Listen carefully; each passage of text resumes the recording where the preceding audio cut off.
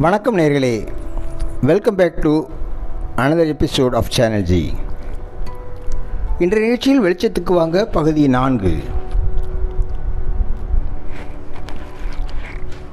எங்கேயோ என்னமோ நடக்குது, எப்படிங்க ஐயா நம்மை அது பாதிக்கும் என்று சிலர் பொதுவாக கேட்பது வழக்கம்தான். ஆனால் பாருங்கள், எங்கேயோ இடி இடிக்கிறது, அதன் சத்தம் நமக்கு காதில் கேட்கிறது. சில சமயம் பயமாக கூட இருக்கிறது. பக்கத்து வீட்டில் தீப்பிடித்தால் நமக்கும் பயமாகத்தானே இருக்கும். கொரோனா காலத்தில் பக்கத்து வீட்டில் தட்டி கட்டி நோட்டீஸ் ஒட்டியதும் நமக்கு பயமில்லாமலாக இருந்தது. யோசித்து பாருங்கள். அப்படின்னா இந்த கிரகப்பயிற்சி கூட அப்படியா என்று கேட்க வருகிறீர்கள். புரிகிறது. இதில் கூடுதலாக சில செய்திகள் உள்ளன, அவற்றை சரியாக புரிந்து கொள்ளுங்கள். அதாவது அதிசார பயிற்சி ஒரு ராசிக்கு குறிப்பிட்ட கால அளவுக்கு முன்பாகவே செல்வது. இயல்பு பெயர்ச்சி, இது சரியான கால அளவில் இடம்பெயர்வது. வக்கர பெயர்ச்சி, இது ஒரு ராசிக்கு பின்னோக்கி செல்வது. இப்படித்தான் இந்த ஆண்டு சனி அடுத்த சில மாதங்களில் அதிசார பயிற்சியாக பயணிக்கிறது. 9 கோள்களில் தலைமை கோளாக சொல்லப்படும் சூரியன் மாதத்துக்கு ஒரு ராசியிலிருந்து அடுத்த ராசிக்கு பயணப்படுவதைத்தான் மாத பிறப்பு என்று சொல்கிறோம். மகர ராசியில் குரு பிரவேசிக்கும் போது மகர சங்கராந்தி அல்லது தை பொங்கல் என்று சொல்லுவார்கள். மேஷ ராசியில் சூரியன் பிரவேசிப்பதை சித்திரை என்றும் தமிழ் வருடப்பிறப்பு என்றும் கொண்டாடுகிறோம். இந்த கிரகப்பெயர்ச்சி பற்றி இந்த வாரம் முக்கியமாக சொல்ல வருவது என்ன என்றால் ஆனியும் பங்குனியும் தான். அதில் என்ன விசேஷம் என்று கேட்கிறீர்களா? நாம் வாழ்வதற்கு ஒரு இடம் தேவை. அது வாடகை வீடாக இருந்தால் என்ன, கல்லை கொண்டு கட்டிய சொந்த வீடாக இருந்தால் என்ன?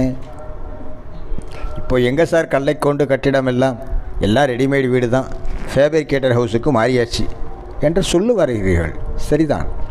காலச்சூழலுக்கு ஏற்ப நாமும் மாறிக்கொள்ள வேண்டியது தான். வாழும் இந்த வீடு மாறுவதை இந்த வாரம் சிந்திக்கலாம். ஆணி அடி இடையில் கூனி குடி புகழ் என்பது சோதிட பழமொழி. இதில் சொல்ல வருவது, ஆணி மாதம் கடைக்கால் தோண்டக்கூடாது, கட்டட வேலை தொடங்கக்கூடாது.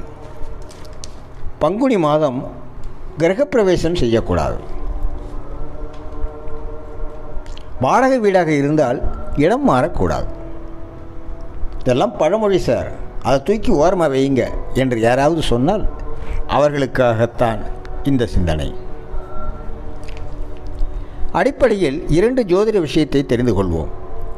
ஒன்று கோணம், இது 1ஆம் இடம், 5ஆம் இடம், 9ஆம் இடம் என்பது நமக்கு தெரிந்திருக்கும். இதில் அறம், பொருள், இன்பம், வீடு என்று 4 கோணங்களை கருத்தில் கொண்டு சிந்திக்க வேண்டும். மற்றது கேந்திரம்.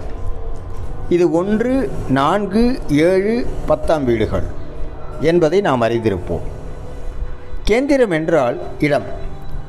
இதில் ஆக்கல் என்பது 1, 4, 7, 10. காத்தல் என்பது 2, 5, 8, 11.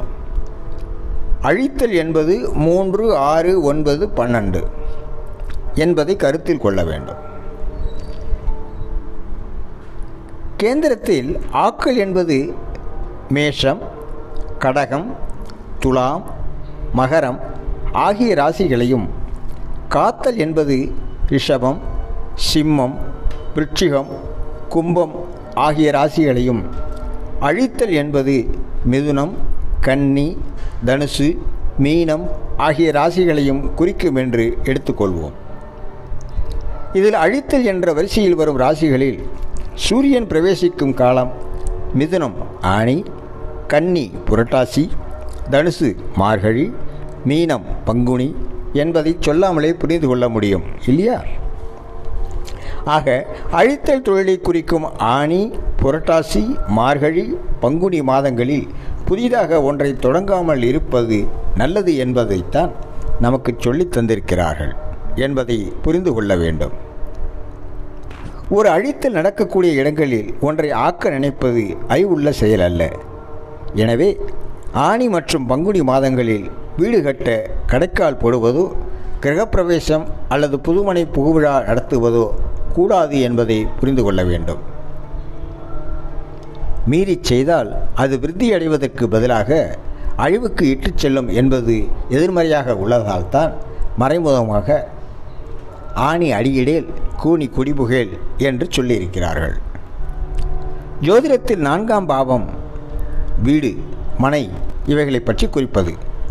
இதில் காலபுருஷ ராசியான மேஷத்துக்கு 4ஆம் பாவம் கடகம்.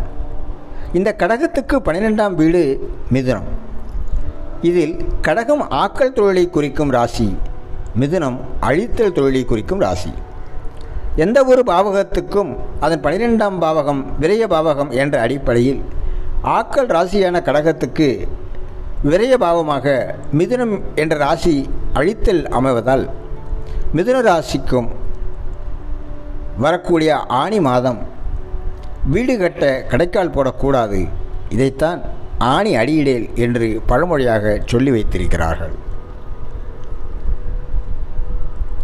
இதே போலத்தான் பங்குனி மாதத்துக்கும் என்பதை உங்கள் சிந்தனைக்கே விட்டு விடுகிறேன். ஒரு ஜாதகத்தில் குடும்பத்தில் கேது இருந்தால் அவர்கள் வீடு சந்துக்குள் இருக்கும் என்பதை சுலபமாக சொல்லிவிடலாம். என்றாலும் வீடு என்பது வாழுமிடம். அது சிறப்பாக இருந்தால் மட்டுமே நிம்மதியுடன் மகிழ்ச்சி பொங்க வாழ முடியும் என்பதை புரிந்து கொள்ளுங்கள். கல்லும் மண்ணும் கலந்த கட்டடத்தில் வாழ்வது இருப்பிடமாக இருக்கலாம். ஆனால் அன்பும் பாசமும் கலந்த இடம்தான் வாழ்விடம். அங்கேதான் மகிழ்ச்சியும் பலமும் பொங்கிப் பெருகும். உங்கள் நம்பிக்கைக்குரிய ஜோதிடர் உங்களுக்கான காலத்தையும் சுபகாரியங்களையும் நல்ல நாட்களையும் குறித்து தருவார்.